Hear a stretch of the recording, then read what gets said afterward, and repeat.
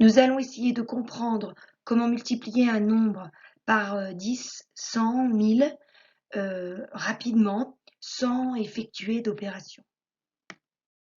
Si on considère la multiplication suivante, 7 fois 100, on sait que 7 fois 100, ça fait 700. Alors on va regarder ce qui se passe pour ce nombre entier. Donc 7, c'est un nombre entier. Donc la partie qui se situe à droite de la virgule ne comporte que des zéros. Et il y a 7 unités d'unité. Eh bien, lorsque l'on multiplie 7 fois 100, c'est comme si on tirait la partie entière de 2 crans vers la gauche. Donc 7, si on tire d'un cran vers la gauche, ça donne 70. Si on tire d'un deuxième cran vers la gauche, on obtient 700. Donc quand on multiplie par 100, qui comporte 2 zéros, eh bien on tire la bande de 2 crans vers la gauche.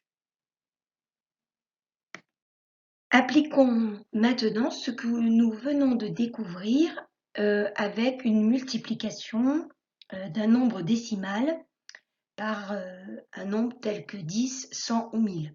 Et considérons la multiplication suivante, 13,542 fois 100.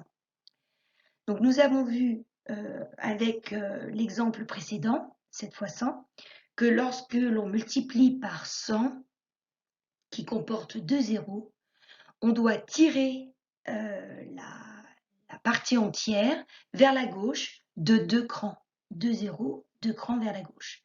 Donc, si l'on considère 13,542, quand on tire d'un cran vers la gauche, ça devient 135,42. Et si on tire d'un deuxième cran vers la gauche, ça devient 1354,2. Et si vous vérifiez avec votre calculatrice, vous obtenez bien 13,542 fois 100, qui est égal à 1354,2.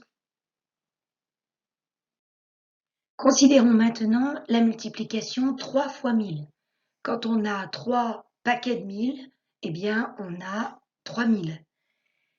Et donc, si on regarde comment cela fonctionne, c'est comme si on partait du nombre entier 3 et que l'on tirait la partie entière de 3 crans.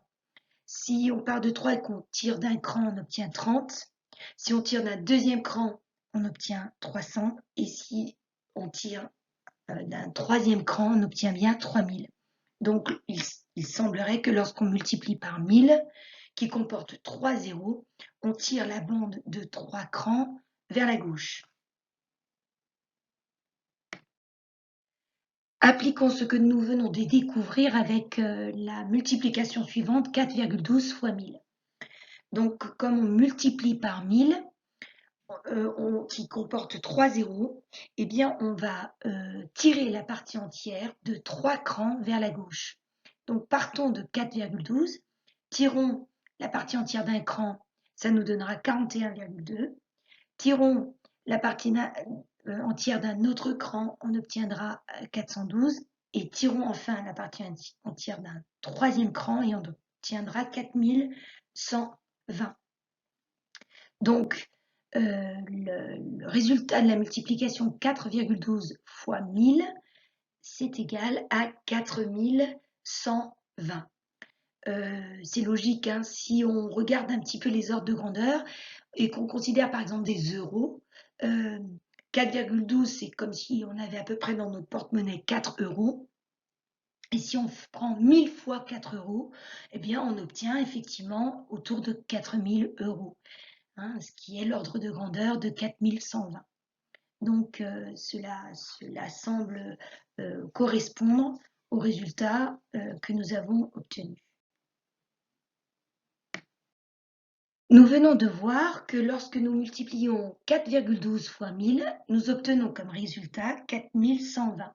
Donc c'est comme si nous avions tiré la partie entière vers la gauche de 3 crans. Alors maintenant, considérons ce qui s'est passé, mais en nous concentrant uniquement sur la virgule. Donc on est parti Si vous regardez dans la partie basse de votre diapositive, on est passé de 4,12 à 4120 et donc la virgule est passée de la position entre le 4 et le 1 et elle est allée se positionner à la fin de 4120 complètement à droite. Donc, on a, en considérant la partie entière, tiré la partie entière de 3 crans vers la gauche, mais c'est comme si la virgule s'était déplacée de 3 crans vers la droite.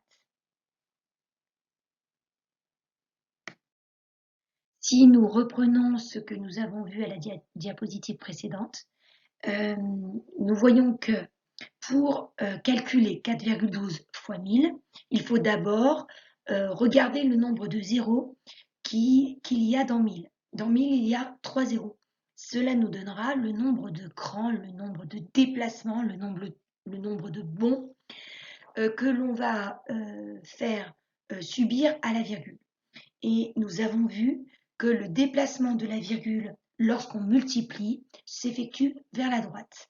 Donc, quand on fait 4,12 fois 1000, eh bien, comme 1000 a 3 zéros, on déplace la virgule de 3 crans vers la droite. Donc, si vous regardez sur la première ligne complète à droite, vous voyez bien les 3 bonds. Donc, on est parti de la position initiale de la virgule qui était entre le 4 et le 1, et on lui a fait subir 3 bonds, et elle est venue se placer à la fin du nombre entier 4120. Il a fallu rajouter un 0 au niveau du dernier bond avant la virgule. Alors, on a un petit moyen pour se rappeler que quand on multiplie, on va vers la droite. Il suffit de se rappeler du mot midi. Midi, M comme multiplier, dit comme déplacer à droite. D'accord? Mi multiplier, dit droite. Donc, quand on multiplie, la virgule se déplace vers la droite. Alors, prenons les deux exemples ci-dessous, sur la diapositive. Donc, considérons d'abord 64,7 fois 100. On voit que 100 comporte 2 zéros. Donc, comme il a 2 zéros, on déplacera de 2 crans vers la droite puisqu'il s'agit d'une multiplication. Et donc, la virgule fera 2 bonds vers la droite.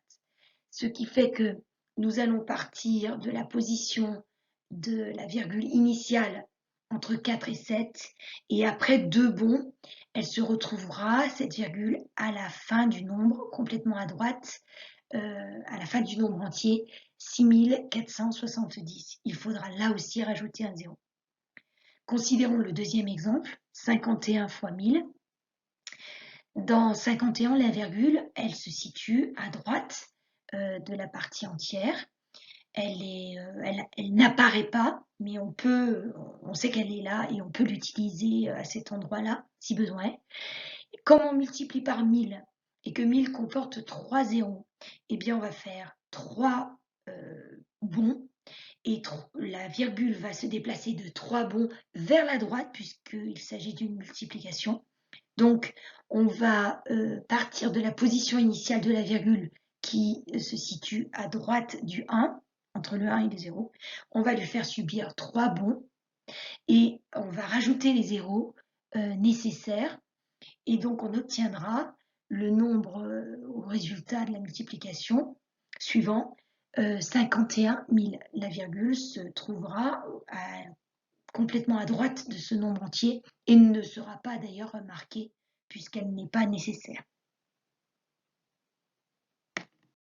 Reprenons maintenant les différentes étapes que l'on doit effectuer pour multiplier rapidement un nombre par un nombre rond tel que 10, 100, 1000, 10 000, etc. Alors, on va appliquer ces étapes à l'exemple qui est présenté à droite de la diapositive, 3,15 fois 10 000. Donc, on commence par écrire le nombre sans virgule. Donc 3,15, on l'écrit sans virgule, ça nous donne 315. Ensuite, avec la pointe de son stylo, on se place à l'endroit Où se trouve la virgule dans le nombre de départ? Donc, dans 3,15, la virgule se trouve entre le 3 et le 1, donc on place la pointe du stylo entre le 3 et le 1. Ensuite, on va compter le nombre de zéros qui se trouve dans le nombre rond. Ici, on a 10 000. Ça va nous donner le nombre de crans, le nombre de bonds à effectuer. Donc, dans 10 000, il y a 4 zéros, donc on effectuera 4 bonds. Comme 3,15 est multiplié par 10 000, eh bien, comme s'il s'agit d'une multiplication, on va déplacer la virgule vers la droite.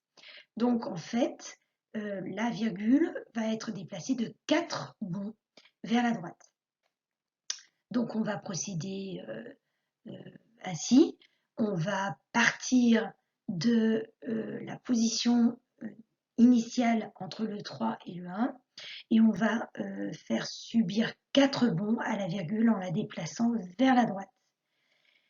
Et on voit que les deux derniers bonds, il n'y a pas de chiffre, donc on complète par des zéros pour pouvoir obtenir le nombre final. Donc on obtient comme nombre final 31 500. La virgule se trouve complètement à droite du nombre et il n'est pas nécessaire de la faire apparaître.